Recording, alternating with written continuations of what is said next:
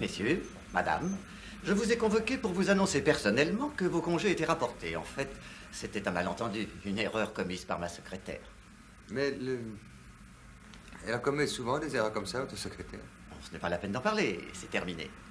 Bien sûr, les procédés que vous avez employés, ces réunions dans mes locaux, la façon dont la presse m'a traité, enfin... Je veux bien passer l'éponge, je vous envoie une lettre confirmant l'annulation de ces congés. Et les irrégularités qu'on a relevées dans les charges, les lampes, l'électricité, la porte du parking? L'électricité du parking, ça fait 4 sous, on ne vous la comptera plus. Pour le reste, vous voyez Bricard, c'est d'accord. Et le comité de défense, vous reconnaissez son existence? Non. Pas question.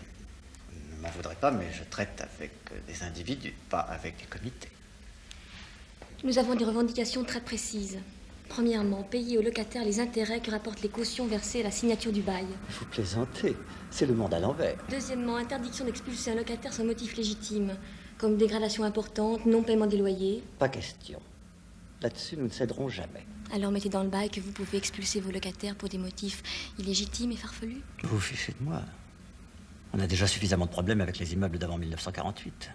Je vais pouvoir disposer d'un appartement si j'en ai besoin. Admettons que j'ai un cousin en province et que je veuille le loger. Alors vous virez quelqu'un? Vous vous rendez compte de ce que vous dites?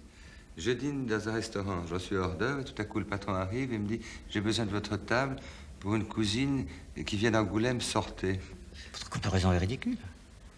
Vous êtes libre de vous loger là où vous voulez, moi je suis libre de louer à qui je veux. Enfin, vous n'allez pas comparer la liberté d'un jeune ménage qui doit trouver un logement dans les 3 mois, celle d'un travailleur qui gagne 2000 francs par mois, avec la vôtre, vous qui avez 800 immeubles. Enfin. Non, essayons de continuer. Les loyers sont indexés sur l'indice de l'INSEE, hein? On n'a pas trouvé mieux. Et? Oui, le dernier indice est de 22%. Exact. Je croyais pourtant que le ministre des Finances avait demandé à ce que la hausse ne dépasse pas 7%, non? Il l'a demandé, alors c'est un conseil, c'est pas un ordre. Il peut lancer toutes les phrases qu'il veut, il n'a pas le droit de s'ingérer dans nos affaires. C'est nous qui décidons, c'est nous qui faisons la loi. Et si le régime change, c'est bientôt les élections.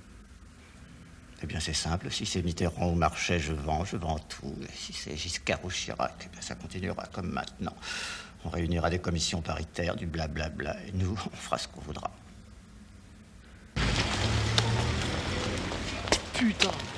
Voilà, quand il y a un problème, je fais comme en 40 dans mon avion, je pique. Bon, on a quand même obtenu des choses, non? On fait une assemblée générale demain? Non, c'est vendredi, ils sont tous barrés en week-end. Lundi plutôt. La civilisation des poutres apparentes et des autoroutes. Bon, bah, c'est pas tout ça, il faut que j'aille au magasin, tu m'emmènes? Oui, d'accord. Bon, allez, à lundi, hein. Au revoir. Salut. T'es garé où, là? Là-bas.